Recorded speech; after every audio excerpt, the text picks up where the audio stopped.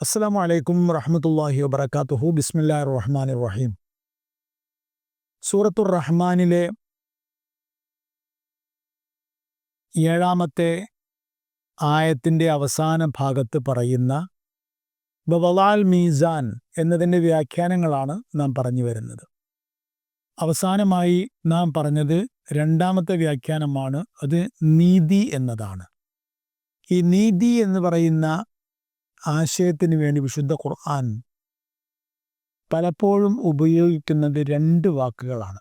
ഒന്ന് അദ്ല്, 2 ഖിസ്ത്. പ്രത്യക്ഷത്തിൽ അറബി ഭാഷയിൽ അദ്ല് എന്ന് പറഞ്ഞാലും ഖിസ്ത് എന്ന് പറഞ്ഞാലും അത്ര വലിയ വ്യത്യാസങ്ങൾ ഒന്നുമില്ല. രണ്ടിൻ്റെയും അർത്ഥം പൊതുവായി നീതി എന്നതാണ്. പക്ഷെ സൂക്ഷ്മമായി വിശുദ്ധ ഖുർആനിൽ പക്ഷേ അങ്ങനെയാണ്. അതായത് ചില സ്ഥലത്ത് അദ്ല് എന്നുപയോഗിക്കും, ചില സ്ഥലത്ത് ഖിസ്ത് എന്നുപയോഗിക്കും.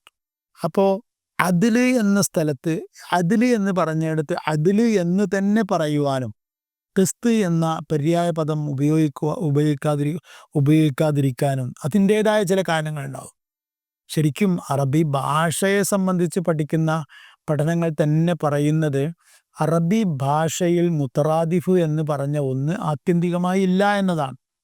ജലസ എന്ന് പറഞ്ഞാലും ഖഅദ എന്ന് പറഞ്ഞാലും ഇരുന്നു എന്നാണ്. പക്ഷേ ഈ 2 വാക്കും മാറി മാറി എവിടെ വേണമെങ്കിലും നമ്മുടെ ഇഷ്ടം പോലെ ഉപയോഗിക്കാം എന്ന് പറയുന്നതിനർത്ഥമില്ല. മറിച്ച് ജലസ ഉപയോഗിക്കേണ്ട ചില ആശയങ്ങളുണ്ട്.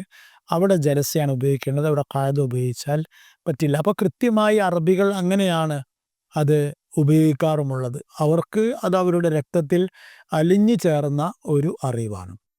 പക്ഷേ വിശുദ്ധ ഖുർആനിൽ അദ്ല് എന്ന് ഉപയോഗിക്കുന്നത് എവിടെയാണ്, ഖിസ്ത് എന്ന് ഉപയോഗിക്കുന്നത് എവിടെയാണ് എന്നതിനെക്കുറിച്ച് ചില ഖുർആൻ പണ്ഡിതന്മാർ, പ്രത്യേകിച്ചും ഇമാം റാഗിബുൽ ഇസ്ഫഹാനി റഹ്മത്തുള്ളാഹി അലൈഹി, അദ്ദേഹത്തിൻ്റെ ഒരു ഗ്രന്ഥമുണ്ട്, മുഫ്രദാത്തു അൽഫാദിൽ ഖുർആൻ. വിശുദ്ധ ഖുർആനിലെ വാക്കുകളുടെ അത്ഭുതങ്ങൾ പറയുന്ന ഒരു കിതാബാണത്, ആധികാരികമായ ഒരു ഗ്രന്ഥമാണത്. അതിൽ അദ്ദേഹം പറയുന്നത് അദ്ൽ എന്നത് തുല്യത, സമത്വം, ഒരേപോലെ പരിഗണിക്കൽ എന്നിവയൊക്കെ സൂചിപ്പിക്കേണ്ടുന്ന സ്ഥലത്താണ് അദ്ൽ എന്ന് വിശുദ്ധ ഖുർആൻ ഉപയോഗിക്കുന്നത്. അതേസമയം ഖിസ്ത് എന്ന് പറയുന്നത് ഒരു കൃത്യമായ കണക്കിന് വിധേയമായിക്കൊണ്ടുള്ള സന്തുലിതത്വത്തെയാണ്. മൊത്തത്തിലുള്ള തുല്യത അല്ലെങ്കിൽ നീതി സമത്വം എന്ന അർത്ഥത്തിലല്ല എന്ന ഒരു ആശയമാണ് അദ്ദേഹം അതിൽ നമ്മളുമായി പങ്കുവെക്കുന്നത്. എന്തായിരുന്നാലും ആകാശത്തെ റഫഅഹ അവൻ ഉയർത്തിയിരിക്കുന്നു, വവളഅൽ മീസാൻ അവൻ കൃത്യമായ കണക്കുകൾ വെക്കുകയും ചെയ്തിരിക്കുന്നു. 8-ാമത്തെ ആയത്തിലേക്ക് പോകാം. അത് ഈ ആയത്തിൻ്റെ ബാക്കി ഭാഗം തന്നെയാണ്. അതിൽ അള്ളാഹു പറയുന്നു അല്ലാ തത്ഗൗ ഫിൽ മീസാൻ. എന്തിനാണ് അള്ളാഹു തുലാസ് വെച്ചിരിക്കുന്നത്, എന്തിനാണ് അള്ളാഹു കൃത്യമായ അളവുകൾ നിശ്ചയിച്ചു വെച്ചിരിക്കുന്നത്? അതിൻ്റെ കാരണം പറയാണ് 8-ാമത്തെ ആയത്തിൽ, അല്ലാ തത്ഗൗ ഫിൽ മീസാൻ, നിങ്ങൾ തുലാസിൽ, അതായത് നീതിയിൽ, അതായത് തൂക്കത്തിൽ ക്രമം തെറ്റാതിരിക്കുന്നതിന് വേണ്ടി. ഒരു ക്രമം ഉണ്ടാകുമ്പോഴാണ് അത് പാലിക്കാൻ കഴിയുക. നമ്മൾ ഓരോരുത്തരും ഓരോ കാര്യങ്ങളിലെയും ക്രമം സ്വയം നിശ്ചയിക്കുകയും തീരുമാനിക്കുകയും ചെയ്യുകയാണ് എങ്കിൽ ഈ ലോകത്ത് ക്രമം എന്ന് പറഞ്ഞ ഒന്നു തന്നെ ഉണ്ടാവില്ല. കാരണം ഓരോരുത്തരുടെയും വൈകാരികത വ്യത്യസ്തമായിരിക്കും, ഓരോരുത്തരുടെയും ചിന്താഗതി വ്യത്യസ്തമായിരിക്കും. അതുകൊണ്ട് തന്നെ അള്ളാഹു തന്നെ ഒരു കൃത്യത വെച്ചിരിക്കുന്നു. എന്തിനാണ് ആ കൃത്യത വെച്ചിരിക്കുന്നത്? അത് നിങ്ങൾക്ക് അത് തെറ്റാതിരിക്കാൻ വേണ്ടിയാണ്. നിങ്ങൾക്കത് തെറ്റാനുള്ള സാധ്യതയുണ്ട്. ചില ആൾക്കാരെ സംബന്ധിച്ചിടത്തോളം എല്ലാ കാര്യങ്ങളും അവർ ന്യായീകരിക്കും. അങ്ങനെ ന്യായീകരിക്കുന്ന ത്വരയുള്ള ആൾക്കാർ അവർ ഒരു പക്ഷേ ശരീരത്തിൽ പഞ്ചസാരയുടെ അളവ് കൂടുന്നതോ രക്തത്തിൽ സമ്മർദ്ദത്തിൻ്റെ അളവ് കൂടുന്നതോ ഒന്നും അത്ര കാര്യമാക്കാനില്ല എന്ന് കരുതുന്നവരായിരിക്കും. അപ്പോൾ അങ്ങനെ ഓരോരുത്തരുടെയും കരങ്ങളിൽ അള്ളാഹു ആ കൃത്യതയോ തുലാസോ നൽകുകയല്ല, മറിച്ച് അള്ളാഹു തന്നെ എല്ലാ കാര്യങ്ങൾക്കും കൃത്യതയും തുലാസം വെച്ചിരിക്കുന്നു. അതെന്തിനു വേണ്ടിയിട്ടാണ്? മനുഷ്യന്മാർക്ക് അത് ആ കാര്യത്തിൽ തെറ്റു പറ്റാതിരിക്കാൻ വേണ്ടിയിട്ട്. 9-ാമത്തെ ആയത്തിൽ അള്ളാഹു സുബ്ഹാനഹു വ തആല ഇതേ കാര്യത്തിൻ്റെ മറ്റൊരു കാര്യം പറയാണ്. വഅഖീമുൽ വസ്ന ബിൽ ഖിസ്തി വലാ തുഖ്സിറുൽ മീസാൻ. അള്ളാഹു ഈ പറഞ്ഞു തന്നെ ആവർത്തിച്ച് പറയാണ്. വഅഖീമു, നിങ്ങൾ നിലനിർത്തുവീൻ, അൽ വസ്ന, തൂക്കത്തെ, ബിൽ ഖിസ്തി, നീതിപൂർവകമായ, നീതിയിൽ അധിഷ്ഠിതമായ തൂക്കത്തെ നിങ്ങൾ കൃത്യമായി നിലനിർത്തുവീൻ. വലാ തുഖ്സിറുൽ മീസാൻ, തൂക്കത്തിൽ നിങ്ങൾ നഷ്ടം വരുത്തുകയും ചെയ്യരുത്. നിങ്ങൾക്ക് ലാഭം ഉണ്ടാക്കാൻ വേണ്ടി മാത്രമല്ല നിങ്ങൾ തുലാസിനെ ആശ്രയിക്കേണ്ടത്, നിങ്ങൾക്ക് നഷ്ടവും വരാൻ പാടില്ല. അപ്പോൾ ലാഭവും നഷ്ടവും വരാതിരിക്കണമെങ്കിൽ എന്തു വേണം? അതിൻ്റെ കൃത്യമായ ആ രൂപത്തിൽ അതിനെ വെക്കണം. ഇവിടെ മറ്റൊരു കാര്യം, വളരെ കൗതുകകരമായൊരു കാര്യമുണ്ട്. ചില മുഫസ്സിറുകൾ, ഖുർആൻ അനുബന്ധ പഠനങ്ങൾ അത് പറയുന്നുണ്ട്. ഇവിടെ നമ്മൾ 3 ആയത്തുകളിൽ മീസാൻ കണ്ടു. വസ്സമാഅ റഫഅഹാ വവളഅൽ മീസാൻ, അവിടെ മീസാൻ വന്നു. അല്ലാ തത്ഗൗ ഫിൽ മീസാൻ, വീണ്ടും മീസാൻ വന്നു. വഅഖീമുൽ വസ്ന ബിൽ ഖിസ്തി വലാ തുഖ്സിറുൽ മീസാൻ, വീണ്ടും 3-മതും മീസാൻ വന്നിരിക്കുന്നു. അപ്പോൾ 3 പ്രാവശ്യം മീസാൻ പറഞ്ഞത് മറ്റൊരു കാര്യത്തിലേക്ക് കൂടിയുള്ള അള്ളാഹുവിൻ്റെ സൂചനയാണ് എന്നാണ് ആ വായനകൾ പറയുന്നത്. അതെന്തൊക്കെയെന്ന് ചോദിച്ചാൽ, 3 കാര്യങ്ങളിൽ നാം കൃത്യമായ തൂക്കവും അളത്തവും എല്ലാം പാലിച്ചിരിക്കണം. മനുഷ്യൻ്റെ ജീവിതം നീതിപൂർവകമാകുവാനും ശരിയാകുവാനും. ഒന്നാമത്തേത് മനുഷ്യൻ്റെ ബുദ്ധിയാണ്. ഇവിടെ ബുദ്ധി എന്നുള്ളത് ഉദ്ദേശിക്കുന്ന വൈകാരികതയാണ്. വൈകാരികത മനുഷ്യന് വേണോ? വേണം. അല്ലെങ്കിൽ അവൻ്റെ ഭാഗത്തിൽ നിന്ന് സ്വന്തം ജീവിതത്തോടും ജീവിതത്തിൻ്റെ ദൗത്യങ്ങളോടും ഒരു അഭിവാജ്ഞയുണ്ടാവില്ല. അതുകൊണ്ട് വൈകാരികത അനിവാര്യമാണ്. പക്ഷേ വൈകാരികത ഒരിക്കലും കൂടിപ്പോകാൻ പാടില്ല. അതേപോലെ തന്നെ വൈകാരികത അതിൻ്റെ കൃത്യമായ അളവിൻ്റെയും താഴേക്ക് ഇറങ്ങാനും പാടില്ല. അപ്പോൾ ഒന്നാമത്തേതാണ് ബുദ്ധി അല്ലെങ്കിൽ വൈകാരികത. രണ്ടാമത്തേത് ശർഈയായ വിധി വിലക്കുകളിലെ സന്തുലിതത്വം. അതായത് അള്ളാഹു പറഞ്ഞ കാര്യം അത് നിങ്ങൾ അങ്ങനെ തന്നെ ചെയ്യുക.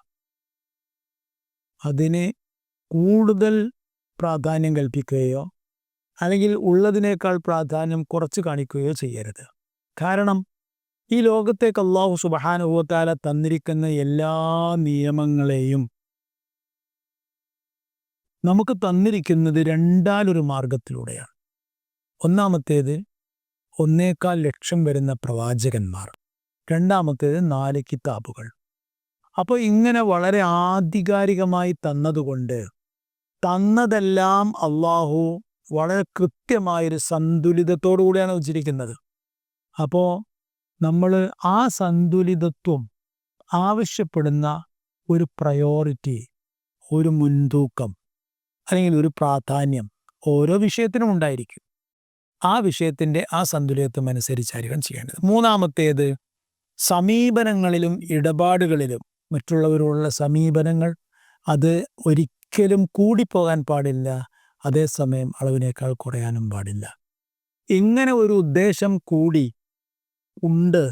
അതുകൊണ്ടാണ് മീസാൻ എന്നത് 3 പ്രാവശ്യം ഇവിടെ ആവർത്തിക്കപ്പെട്ടിരിക്കുന്നത്.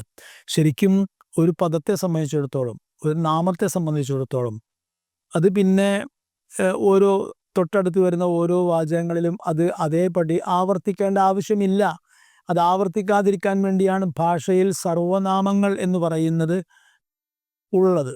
അപ്പോൾ സർവനാമങ്ങൾ ഉപയോഗിച്ചാൽ മതി. അല്ലാത്ത തൗഫീഹി എന്ന് പറഞ്ഞാൽ തന്നെ അത് മനസ്സിലാക്കാവുന്ന കാര്യമാണ്. എന്നിട്ടും അള്ളാഹു മീസാൻ മീസാൻ മീസാൻ എന്നിങ്ങനെ 3 പ്രാവശ്യം എടുത്തു പറഞ്ഞത് അങ്ങനെ ഒരു ആശയം കൂടി ഉൾക്കൊള്ളുന്നതുകൊണ്ടായിരിക്കാം. അള്ളാഹു ആലം. 10-ാമത്തെ ആയത്തിലേക്ക് പോകാം ഇൻഷാ അള്ളാഹ്. അള്ളാഹു സുബ്ഹാനഹു വ തആല ആകാശത്തെ പറഞ്ഞു. ഓരോ അണുവിലും അള്ളാഹു വെച്ചിരിക്കുന്ന കൃത്യതയെ സംബന്ധിച്ച് പറഞ്ഞു. പിന്നെ ഇനി അള്ളാഹു ഇതേപോലെ മനുഷ്യനോട് ചില കാര്യങ്ങൾ ചോദിക്കാൻ പോവുകയാണ്. ആ ചോദിക്കാൻ ആവശ്യമായ ചില ആമുഖങ്ങളാണ് അള്ളാഹു പറഞ്ഞു വരുന്നത്. അള്ളാഹു ഈ ലോകത്ത് ജീവിക്കുന്ന തൻ്റെ ഖലീഫയായ മനുഷ്യനു വേണ്ടി എന്തെല്ലാം ചെയ്തു വച്ചിട്ടുണ്ട് എന്നത് ആദ്യം പറയുകയാണ് ചെയ്യുന്നത്. പറഞ്ഞു കഴിഞ്ഞതിന് ശേഷം അള്ളാഹു സുബ്ഹാനഹു വ തആലക്ക് വളരെ ഗൗരവമായ ഒരു ചോദ്യം ചോദിക്കാനുണ്ട്. അപ്പോൾ ആ ചോദ്യം ചോദിക്കാനുള്ള സിറ്റുവേഷൻ ക്രിയേറ്റ് ചെയ്യുകയാണ് അള്ളാഹു ചെയ്യുന്നത്. അതുകൊണ്ട് അള്ളാഹു സുബ്ഹാനഹു വ തആല അടുത്തതായി വിരൽ ചൂണ്ടുന്നത് മനുഷ്യനെ, ഏതു മനുഷ്യനെയും ചിന്തിപ്പിക്കാൻ കഴിയുന്ന മറ്റൊരു ആയത്തിലേക്കാണ് അള്ളാഹു വിരൽ ചൂണ്ടുന്നത്. അള്ളാഹു പറയുന്നു 10-ാമത്തെ ആയത്തിൽ, വൽ അർള വളഅഹാ ലിൽ അനാം, ഭൂമിയെ അതിനെ മനുഷ്യർക്ക് വേണ്ടി അവൻ വെച്ചിരിക്കുന്നു, അവൻ സ്ഥാപിച്ചിരിക്കുന്നു. ഈ ആയത്തിൻ്റെ പ്രാഥമികമായ അർത്ഥങ്ങളിൽ തന്നെ ഒരു കാര്യം നമുക്ക് മനസ്സിലാക്കാം. എന്താണെന്ന് ചോദിച്ചാൽ, നമ്മൾ ജീവിക്കുന്ന ഈ ഭൂമി നമ്മുടെ സൗരയൂഥത്തിലെ മിൽക്കി വേയിലെ ഒരു ഗ്രഹം മാത്രമാണ്. വേറെയും ഗ്രഹങ്ങളുണ്ട്, വേറെയും ഉപഗ്രഹങ്ങളുമുണ്ട്, നമുക്കറിയാം. പക്ഷേ അവിടെയൊന്നും മനുഷ്യർക്ക് ഭൂമിയിൽ താമസിക്കുന്നത് പോലെ താമസിക്കാൻ കഴിയില്ല. ഇപ്പം അന്താരാഷ്ട്ര സ്പേസ് സ്റ്റേഷനിലേക്ക് യാത്രകൾ നിരന്തരമായി കൊണ്ടിരിക്കുകയാണ് ശാസ്ത്രലോകത്തിൻ്റെ ഭാഗത്ത് നിന്ന്, എല്ലാവർക്കും അറിയാം. പക്ഷേ അവിടെ ശ്വസിക്കാൻ വായു ഇവിടെ നിന്ന് കൊണ്ടുപോകണം, അവിടെ കുടിക്കാൻ വെള്ളം ഇവിടെ നിന്ന് കൊണ്ടുപോകണം, അവിടെ കഴിക്കാൻ അന്നം ഇവിടെ നിന്ന് കൊണ്ടുപോകണം. അപ്പം അതിൻ്റെ അർത്ഥം എന്താ? വളരെ പ്രാഥമികമായ സയൻസാണത്. അള്ളാഹു പറയാൻ, ജനങ്ങൾക്ക് വേണ്ടിയാണ് ഈ ഭൂമിയെ നാം വെച്ചിരിക്കുന്നത്. ഈ ഭൂമിയെ അള്ളാഹു സ്ഥാപിച്ചിരിക്കുന്നത് മനുഷ്യന്മാർക്ക് വേണ്ടിയാണ്. അതായത് മനുഷ്യന് ജീവിതം നയിക്കാൻ പറ്റിയ രൂപത്തിലാണ് അള്ളാഹു സുബ്ഹാനഹു വ തആല ഈ ഭൂമിയെ ഒരുക്കി വച്ചിരിക്കുന്നത്. ഇത് മനസ്സിലാക്കുമ്പോൾ നമ്മൾ ആദ്യം ഗ്രഹിച്ചിരിക്കേണ്ട ഒരു കാര്യമുണ്ട്. മനുഷ്യനെ പടക്കാൻ ഉദ്ദേശിക്കുമ്പോൾ ഈ ലോകത്ത് മനുഷ്യനല്ലാതെ അള്ളാഹുവിന് ഒരുപാട് പടപ്പുകളുണ്ട്, നമുക്കറിയാം. ജീവീയ ലോകത്ത് തന്നെ, അജീവീയ ലോകത്ത് വേറെയുമുണ്ട്. അവയ്ക്ക് ജീവൻ ഉണ്ടോ ഇല്ലേ അതൊന്നും നമുക്കിപ്പോൾ പറയാൻ കഴിയാത്ത ഒരവസ്ഥയിലാണ് ഉള്ളത്. ഏതായിരുന്നാലും അള്ളാഹു സുബ്ഹാനഹു വ തആല മനുഷ്യനെ പടക്കാൻ ഉദ്ദേശിക്കുമ്പോൾ മലക്കുകളോട് പറയുന്നുണ്ട്, ഇന്നി ജാഇലുൻ ഫിൽ അർദി ഖലീഫ.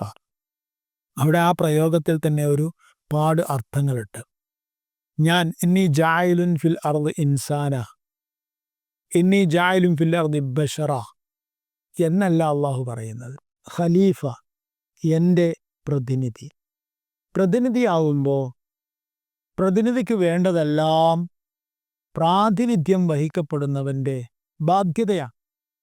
അതായത് പ്രതിനിധി എവിടേക്കെങ്കിലും പോകാനുള്ള പ്രതിനിധിയാണ് എങ്കിൽ ആ പ്രതിനിധിക്ക് ആവശ്യമായ യാത്രാ സൗകര്യങ്ങൾ അത് ആരെ പ്രതിനിധീകരിക്കുന്നുവോ അയാൾ ചെയ്തിരിക്കണം.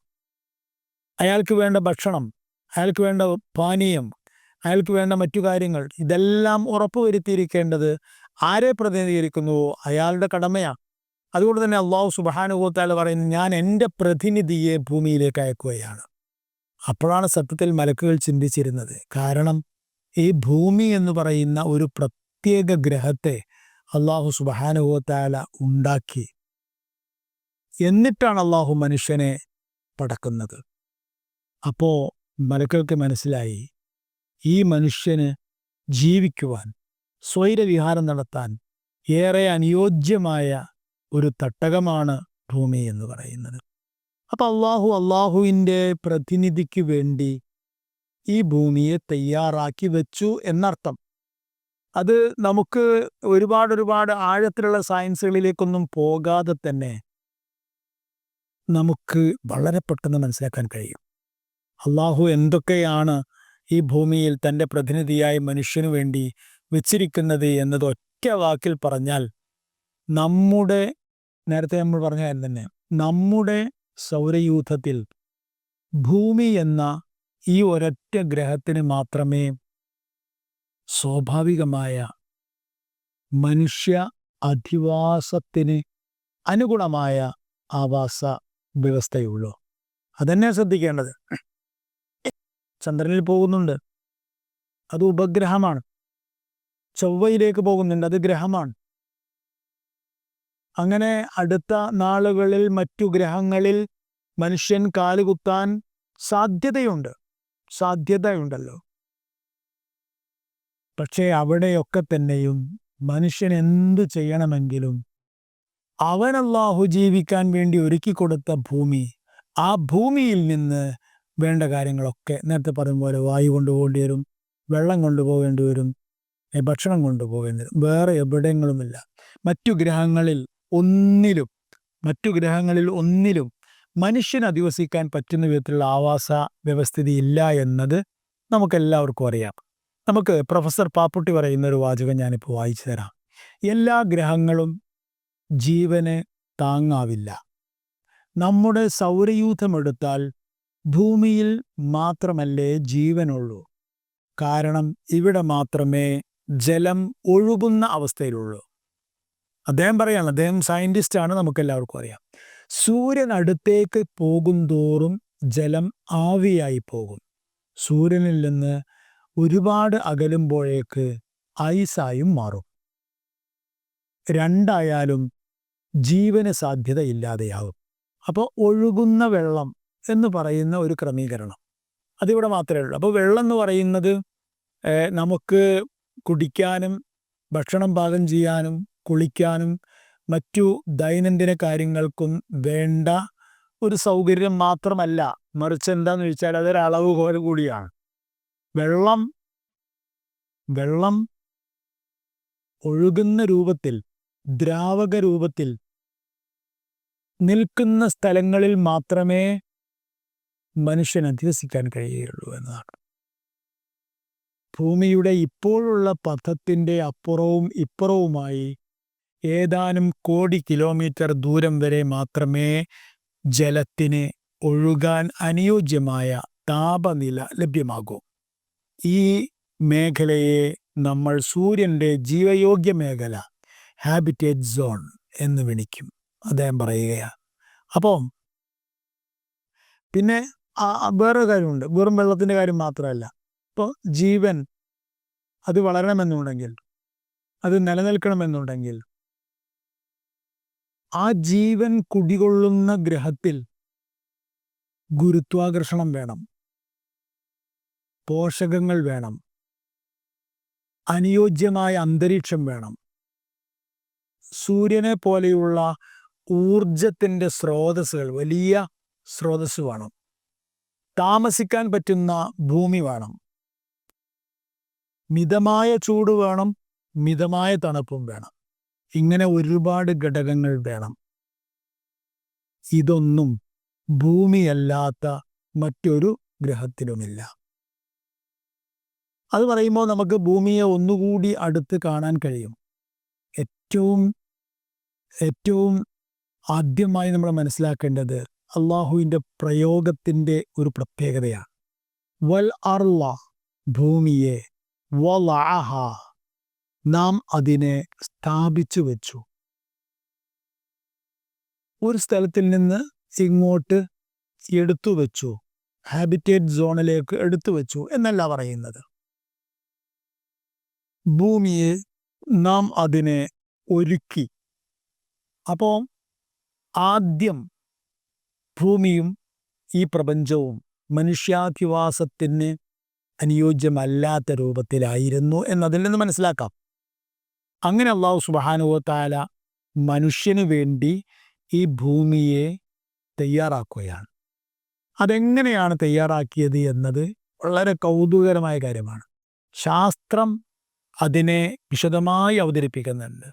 നമ്മളെ സംബന്ധിച്ചിടത്തോളം, നമുക്ക് ഈമാനുള്ള ആൾക്കാരെ സംബന്ധിച്ചിടത്തോളം ഒരുപാട് ശാസ്ത്രത്തിൻ്റെ തെളിവുകളോ മറ്റോ ഒന്നും ആവശ്യമില്ല. കാരണം ഈമാൻ എന്ന ആശയത്തിൻ്റെ താഴെ മാത്രമാണ് ഈ പറയുന്ന എല്ലാ കാര്യങ്ങളും. അതുകൊണ്ട് എന്നിരുന്നാൽ തന്നെയും ശാസ്ത്രവും മതവും ഒരേപോലെ അംഗീകരിക്കുന്ന ചില കാര്യങ്ങളുണ്ട്. ഈ ഭൂമിയുടെ ഫോർമേഷനെക്കുറിച്ച്, ഈ പ്രപഞ്ചത്തിൻ്റെ സൃഷ്ടിഘടനയെക്കുറിച്ച്. അതിനെ സംബന്ധിച്ച് നമുക്ക് ചില കാര്യങ്ങൾ കൂടി പറയാം ഇൻഷാ അല്ലാഹ്. അതുവരേക്കും അസ്തൗദിയക്കുമുല്ലാഹ് ദീനക്കും അമാനാത്തിക്കും. വസ്സലാമു അലൈക്കും വറഹ്മത്തുള്ളാഹി വബറകാതുഹു.